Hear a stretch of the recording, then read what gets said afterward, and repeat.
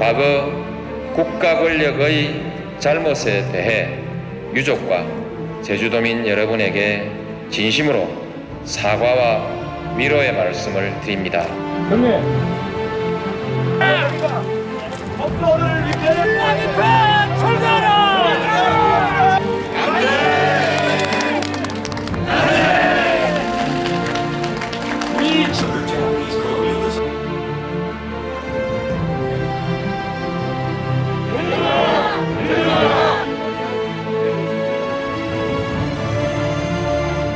가결되었음을 선포합니다.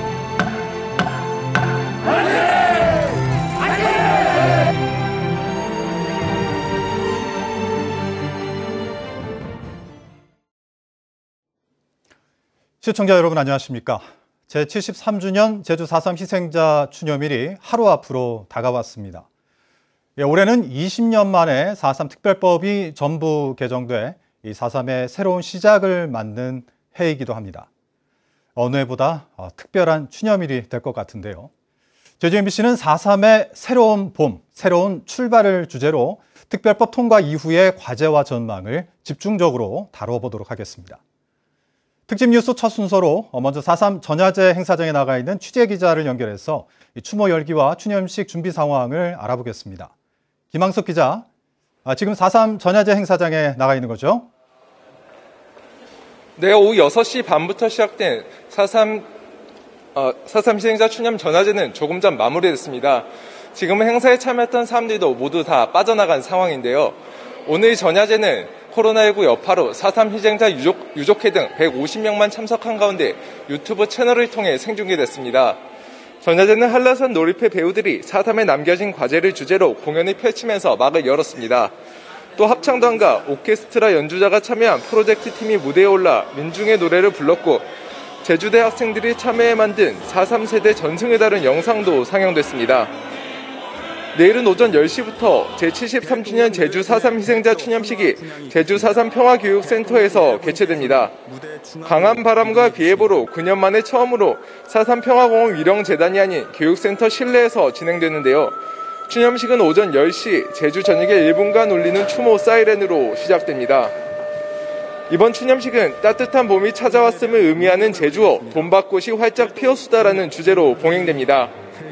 4.3 유족회 오임종 회장이 묵념사를 낭독하고 4.3 당시 부모와 오빠를 잃은 손민규 할머니의 사연을 손녀인 고가영 학생이 낭독할 예정입니다. 추념식에는 코로나19 상황을 고려해 역대 최소 인원인 70여 명만 참석합니다. 문재인 대통령의 참석이 유력한 가운데 정치권 인사들도 대거 참석할 예정인데요. 더불어민주당 김태년 당대표 직무대행과 국민의힘 주호영 원내대표, 정의당 여영국 당대표가 참석합니다. 또 박범계 법무부 장관을 비롯해 서욱 국방부 장관과 김창룡 경찰청장도 군과 경찰 수장으로서는 처음으로 참석해 추모할 예정입니다. 추념식이 끝난 뒤에는 4.3 평화공원 위패 봉안실에서 4.3 특별법 개정안 서명식도 진행될 계획입니다. 지금까지 4.3 전야제가 열린 제주도 문예회관에서 MBC 뉴스 김항섭입니다. 2000년 4.3 특별법이 제정된 뒤 20년 만에 특별법 전부 개정안이 국회를 통과했습니다. 특별법 개정에 따른 이후 과제는 무엇인지 차례로 알아보는 순서 마련했습니다. 특별법 개정에 따라 희생자와 유족들은 이르면 내년부터 정부로부터 배상금 성격의 위자료를 지급받게 되는데요. 하지만 위자료 금액 산정과 지급 기준을 마련하는 데 있어서 유족회의 의견이 얼마나 반영될 수 있을지가 관건입니다. 현재훈 기자가 보도합니다. 제주 4.3 희생자는 4.3 사건으로 인한 사망자와 행방불명인 후유장애인, 수영인으로 4.3위원회에서 희생자로 결정된 사람을 말합니다. 희생자 규모는 최대 3만 명으로 추정되지만 지금까지 결정된 희생자는 14,533명. 개정된 4.3 특별법은 4.3 희생자에 대해 위자료 등의 특별한 지원을 강구한다고 밝혀 희생자들의 피해를 국가가 보상하는 근거를 명시했습니다. 행정안전부는 오는 9월까지 연구 용역을 거쳐 위자료의 성격과 산정 기준, 지급 방식 등을 결정할 계획입니다. 용역 결과가 나오면 4.3 특별법 보완 작업이 진행되고 새해 정부 예산안에 반영되면 내년부터 위자료가 지급될 전망입니다.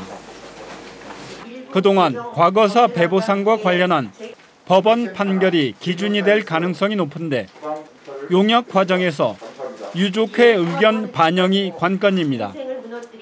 국무회에서 대통령님도 한 말씀이 배보상을 할 수 있게 돼서 됐다 이렇게 치면서 배보상이라는 말을 용어를 썼습니다만 국가 책임을 다하는 겁니다 마지막. 그래서 정확하게 담아내야 되고 희생자 14,000여 명 가운데 24%인 3,500여 명은 사실상 무연고자로 추정됩니다. 유족이 없는 희생자의 경우 위자료가 국고로 귀속되는 만큼 연고자 찾기에 정부 차원의 노력이 필요합니다. 특별법 개정으로 잘못된 호적을 정정할 수 있게 됐는데 다양한 사례 조사를 통해 실제 가족이 유족으로 인정받을 수 있도록 치밀하게 접근해야 합니다.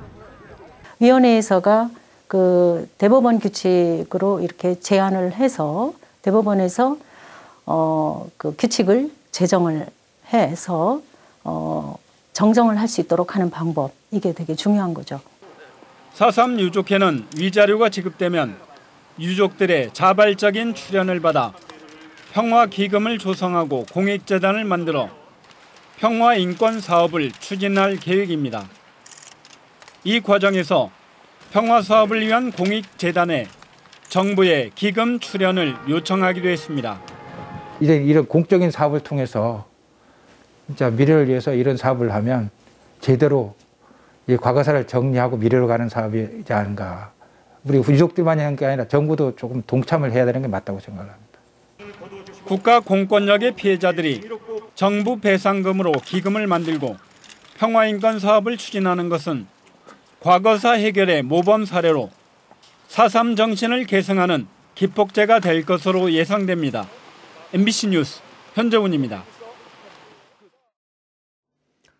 4.3 당시 희생된 3만여 명은 어떻게 죽어갔는지, 누가, 왜 이러한 집단 학살을 명령하고 실행했는지 진상규명은 아직도 해결되지 않는 과제입니다.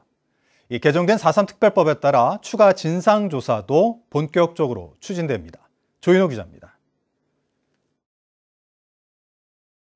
4.3 73주년을 앞두고 희생자들의 넋을 위로하는 제례를 지내려고 유족들이 한자리에 모였습니다. 유족들은 부모와 형제가 정확히 언제 어떻게 왜 무고하게 희생됐는지 모르고 있다며 진실을 알고 싶다고 호소합니다. 어머니가 밤낮으로 일어나서 앉아서 밤이면 밤마다 울음을 웃는 것을 보고 했을 때는 가슴이 너무 메이고 서럽고 그렇게 하면서 이거 70년을 살아왔거든요. 2003년에는 이 같은 진상조사 보고서가 발간됐지만 4.3의 진실은 완전히 규명되지 않았는데요. 이 때문에 개정된 4.3 특별법은 추가 진상조사를 하도록 규정을 신설했습니다. 4.3 진상규명과 명예회복위원회의 심의 의결 사항에 추가 진상조사를 추가했고 분과위원회를 신설해 국회에서 여당과 야당이 2명씩 위원 4명을 추천합니다. 정부는 필요한 자료가 다른 국가에 있는 경우 성실히 교섭하고 관계기관과 단체는 자료 발굴과 열람에 편의를 제공하며 추가 진상조사가 끝나면 보고서를 발간해 국회에 보고해야 합니다. 4.3 평화재단의 사업 목적에도 추가 진상조사가 명시돼 실질적인 조사는 재단이 맡고 4.3 위원회가 결과를 심의할 것으로 보입니다. 4.3 평화재단은 지난해 마을별 피해와 집단 학살 사건, 행방불명인과 예비검속 피해 등이 담긴 추가 진상 보고서 1권을 발간했습니다. 앞으로 2권과 3권도 발간할 계획입니다. 행방불명 피해 실태, 그다음에 진압 작전에 대한 지휘 체계, 미군의 역할과 책임 문제를 조사할 거고요. 또 지역별 피해 실태와 정명의 문제도 조사할 계획입니다. 하지만 한국전쟁 당시 민간인 학살을 다루는 과거사위원회가 동행 명령을 거부하면 과태료를 물리고 청문회 증인 출석과 자료 제출을 거부하면 형사처벌하는 것과 달리 4.3 평화재단과 위원회에는 강제적인 조사 권한이 없습니다. 국방부 조사할 권한 가져야죠. 경찰청, 서울 중앙경찰청 조사할 권한 가져야 됩니다. 그 조사하지 않고 어떻게 진상규명이 됩니까? 근데 그것이 권한 없이 가능한 일입니까? 특히 추가 진상조사위원회에 여야가 동수로 위원을 추천하면서 정치적 갈등이 심해질 경우 보고서 발간 자체가 어려울 것이라는 우려도 나오고 있습니다. MBC 뉴스 조인호입니다. 추가 진상조사와 함께 남은 또 하나의 과제는 4.3 당시 불법 재판을 받은 수용인들에 대한 재심인데요. 박범계 법무부 장관이 이들 4.3 수용인들에 대한 일괄 재심이 신속하게 처리될 수 있도록 하겠다고 밝혔습니다. 4.3 희생자 추념식에 참석하기 위해 제주를 찾은 박범계 법무부 장관을 이소연 기자가 만나 이야기를 들어봤습니다. 문재인 정부 출범 당시 국정기획자문위원회 정치행정분과위원장을 맡았던 박범계 법무부 장관. 박 장관은 자신이 주요하게 다뤘던 제주 4.3 희생자의 명예회복과 배보상 문제가 제주 4.3 특별법 전부 개정안 통과로 처리됐다며 제주 4.3과의 특별한 의미를 밝혔습니다. 국정과제로 그 로드맵을 만들었는데 이번에 특별법이 통과가 됐지 않습니까? 그런 측면에서 정부 출범 이후에 지금 4년이 거의 다 된 시점에서 법이 통과된 그 감개무량은 이루 말할 수가 없습니다. 지난 2019년 첫 무죄 판결을 시작으로 지금까지 재심을 통해 무죄를 선고받은 4.3 수용인은 371명. 박범계 장관은 4.3 당시 이뤄진 군법회의나 재판은 무효이며 피해자들이 무죄를 선고받은 건 명예회복을 위해 국가가 해줄 수 있는 최소한의 예우이며 대우라고 강조했습니다. 그분들이 원래 무고했던 분들이고 불법 구금을 통해서 억울하게 군법회의를 통해서 재판을 받으셨던 분들이기 때문에 당연히 그 재판은 무효인 판결이죠. 명백한 하자가 있는 그런 재판이었습니다. 특히 4.3 특별법에 의해 진상규명 명예회복위원회 활동 권고가 이루어지면 신속히 재심이 가능하도록 하겠다면서 일괄 재심을 주로 맡을 제주지검의 전략팀 운영도 검토하겠다고 밝혔습니다. 위원회가 권고해 주시면 당연히 법무부로서는 아주 무겁게 받아들여서 대검에 이첩을 신속하게 하고 그럼으로써 이제 어떤 지휘를 통해서 전국의 검찰청이 특별 재심을 신속히 할 수 있도록 그러한 조치를 취하도록 하겠습니다. 한편 제주 지역 무사증 제도와 관련해서는 도민 여론을 통해 제주도가 요청하면 적절한 조치를 취할 수 있도록 하는 법안이 추진되고 있다고 밝혔습니다. MBC 뉴스 이소연입니다. 제73주년 제주 4.3을 맞아 도내 각 정당도 4.3 특별법 개정안 통과에 따른 조속한 후속 조치를 주문했습니다. 더불어민주당 제주도당은 4.3 배보상 기준을 마련하기 위한 연구 용역과 함께 특별법 재개정 작업에 나서 4.3의 정명을 완료해야 한다고 밝혔고, 국민의힘 제주도당은 정부 차원의 추가 진상조사와 함께 4.3 희생자에 대한 정부의 보상 의무화를 담은 법률 개정을 준비하라고 촉구했습니다. 정의당 제주도당도 추가 진상조사단 구성과 함께 미군정 책임 규명에도 착수해야 한다고 요구했습니다. 1948년 4월 3일 남로당 제주도당이 주도한 무장대가 경찰지서와 우익단체를 습격하며 무장봉기를 일으킨 날입니다. 이 때문에 일부 보수단체들이 제주 4.3을 무장폭동이라며 이념 논쟁을 일삼고 있는데요. 지금까지 공개되지 않았던 4.3 수용인들의 당시 판결문을 통해 군경의 탄압 등으로 저항에 나설 수밖에 없었던 이 제주 상황을 조명하는 기획 뉴스를 마련했습니다. 1947년 무슨 일이 있었나? 오늘은 첫 순서로 4.3의 도화선이 됐던 3.1절 기념대회를 살펴봤습니다. 김찬영 기자입니다. 1945년 해방 직후 제주도는 다른 지역과 달리 항일 운동가를 중심으로 꾸려진 인민위원회가 도민들의 신뢰를 받으며 미 군정과도 큰 충돌 없이 도내 각 면과 마을의 행정을 주도했었는데요. 4.3의 도화선이 된 1947년 3.1절 기념대회도 제주도 전 지역에서 축제 같은 분위기 속에서 진행된 사실이 당시 판결문 곳곳에서 발견되고 있습니다. 1947년 4월 3.1절 기념대회 주최자로 징역 8개월의 선고를 받은 장진봉 씨의 판결문. 안덕국민학교에서 3.1절 기념대회가 열렸고 면민 1000여 명이 참석했습니다. 행사 후에는 씨름대회가 열릴 정도로 평화적인 기념대회였고 축제 분위기였습니다. 징역 6개월을 받은 박남섭 씨의 판결문에서도 이 같은 분위기가 다른 지역에서도 다르지 않음을 알 수 있습니다. 한림국민학교에 면민 6천여 명이 모여 기념대회를 치르고 한림리에서 옹포리까지 거리 행진을 벌였습니다. 6,000명 정도면은 얼마나 많은 사람들이 그동안 독립과 해방의 목마름이 있었는가, 그거를 기념하고 표출하는 그런 행사였다, 그렇게 생각이 됩니다. 우리 한림 같은 경우는 상당히 평화적으로 마무리했다는 그런 소리를 들은 적도 있습니다. 기록으로 확인되는 1947년 3.1절 기념대회는 성산과 우도 등 11개 지역에서 열렸고 당시 제주 인구의 17%인 3만 5천에서 5만 명이 참석할 정도로 주민들의 참여 의지가 뜨거웠습니다. 하지만 4.3의 도화선이 된 북국민학교 기념대회만은 상황이 달랐습니다. 아이가 기마대에 치여 주민들이 항의하자 경찰관이 총을 쏴 민간인 6명이 숨지고 6명이 중상을 입었습니다. 도민들은 경찰의 진상규명과 책임자 처벌을 요구했지만 당시 최고 책임자였던 조경옥 경무부장은 군중이 집단적 충돌에 가담해 폭행을 냈다며 불가피한 발포라는 담화문을 발표해 들끓는 민심에 기름을 부었습니다. 제주도 3.1 사건에서는 6명의 주민이 죽었는데도 바로 폭력적인 대응을 당시 제주도 주민들은 하지 않았습니다. 6명의 죽음에 대해서 미군정 당국이 사과 표명도 없이 가니까 이제 30총파업이 전개되잖아요. 30총파업은 어찌 보면 당시 6명 죽음에 대한 즉각적인 폭력 대응이 아니고 평화적인 그런 어떤 그 투쟁 방식이라고 보입니다.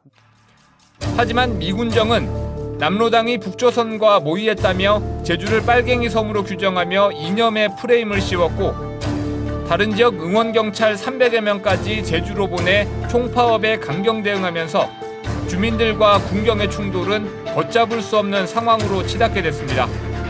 MBC 뉴스 김찬년입니다. 4.3을 다룬 최초의 극영화 한라산. 제주 MBC가 57년 만에 발굴했다는 소식 어제 이 시간에 전해드렸습니다. 당시 영화 시사회를 연 뒤 감독과 제작자, 제주 지역 인사들이 이 영화를 놓고 좌담회를 열었었는데요. 제주 MBC가 찾아낸 관련 신문 기사를 통해 영화의 성격과 제작 배경, 가치 등을 조명해봤습니다. 오승철 기자가 보도합니다. 1965년 1월 영화 한라산 시사회가 제주시 중앙극장에서 열린 뒤 양승용 감독과 주한 미국 공보원 한국인 책임자, 도내 인사들이 참석한 가운데 영화 좌담회가 마련됐습니다. 양승용 감독은 이 자리에서 시기를 감안해 4.3의 성격 규명을 외면했다고 밝혔습니다. 아직 4.3 사건의 이모저모를 파헤칠 단계에는 이르지 못한 것 같습니다. 이런 면에서 저는 4.3 사건을 규정한다든지 그 성격을 규명하는데 외면하려고 했었습니다. 4.3이 배경이라기에 그 참상이나 실상이 어떻게 그려질 것인지 호기심을 가졌었는데 살짝 스쳐 지나간 느낌이었습니다. 양 감독은 4.3의 피해에서 벗어나 스스로 삶의 터전을 다시 일군다는 자립정신을 강조하고 비가 왔죠. 걔네 두렁청한 일기를 와봤죠. 무사형 오라방은 늦음신 거. 제주어 등 제주 문화를 소개하는데 중점을 뒀다고 설명했습니다. 4.3으로 타격을 입은 후에 다시 자력으로 삶의 터전을 이루려는 피나는 모습을 그리려 한 겁니다. 나아가서는 그대로 두면 사라져버릴 제주의 특유의 말을 후세에 남겨뒀으면 해서 시도해본 겁니다.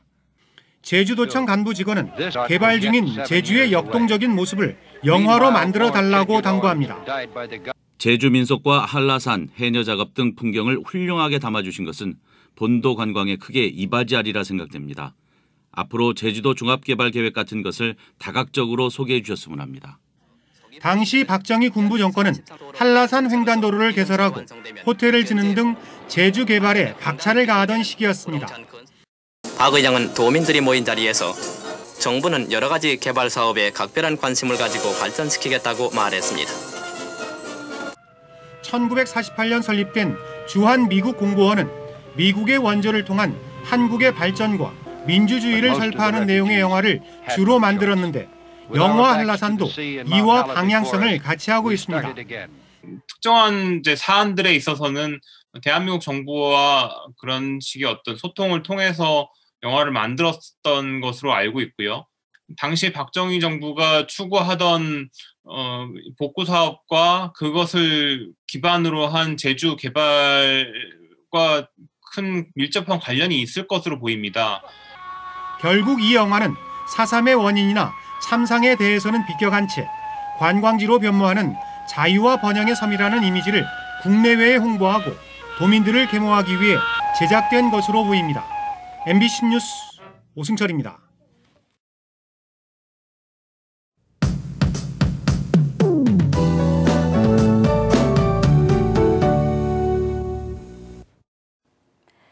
제주 4.3 희생자 추념일인 내일은 비바람이 예상됩니다. 이틀째 제주도 전역에 강풍주의보가 발효 중인데요. 내일까지 시속 60km의 강한 바람이 불겠습니다. 비는 오늘 밤부터 시작돼서 일요일 오후까지 이어지겠습니다. 비의 양이 지역별로 다르겠는데요. 한라산 남쪽으로 많은 비가 내리겠습니다. 특히 바다에서 남풍이 강하게 유입되는 내일 새벽부터 낮 사이에 산지와 남부, 동부를 중심으로 비구름대가 매우 발달하겠습니다. 서귀포시와 남원, 표선, 성산에는 시간당 20mm 이상의 강하고 많은 비가 쏟아지겠는데요. 이 시간대에서는 비 피해 없도록 각별히 유의하시기 바랍니다. 비는 일요일 오후까지 산지와 남동부를 중심으로 80에서 100mm, 산지에는 150mm 이상 내리겠고요. 한라산 북쪽인 서부와 북부 지역은 10에서 60mm가 예상됩니다. 일요일에 비를 뿌린 저기압이 동쪽으로 빠져나간 뒤에는 찬 북풍이 불어 들어오겠는데요. 일요일에는 기온이 떨어지면서 다소 쌀쌀해지겠습니다. 내일은 서해상에서 북동진하는 저기압의 영향으로 종일 흐리겠고요. 비가 내리겠습니다. 내일 아침 최저 기온은 북부가 17도, 남부와 동부는 16도로 시작하겠습니다. 따뜻한 남풍이 불어들어오면서 낮 기온은 예년보다 6도가량 높겠는데요. 북부가 22도까지 오르겠고요. 남부와 동부는 19도가 예상됩니다. 현재 제주도 전해상에 풍랑주의보가 발효 중입니다. 내일도 강풍으로 인해서 바다의 물결이 최고 4m까지 매우 높게 일겠습니다. 해상 안전사고에 각별히 유의하시기 바랍니다. 주말에 비가 그친 후에 기온이 떨어지겠습니다. 다음 주에는 예년 이맘때 기온을 보이겠고요. 비 소식은 없겠습니다. 날씨였습니다. 만 75세 이상 고령자를 대상으로 한 코로나19 화이자 백신 접종이 이틀째 이어지고 있습니다. 제주도는 오늘 제주시 한라체육관에 설치된 접종센터에서 일도동 지역 만 75세 이상 노인 549명을 대상으로 접종을 진행하고 있고 현재까지 백신을 맞은 뒤 이상 반응을 보인 사례는 없다고 밝혔습니다.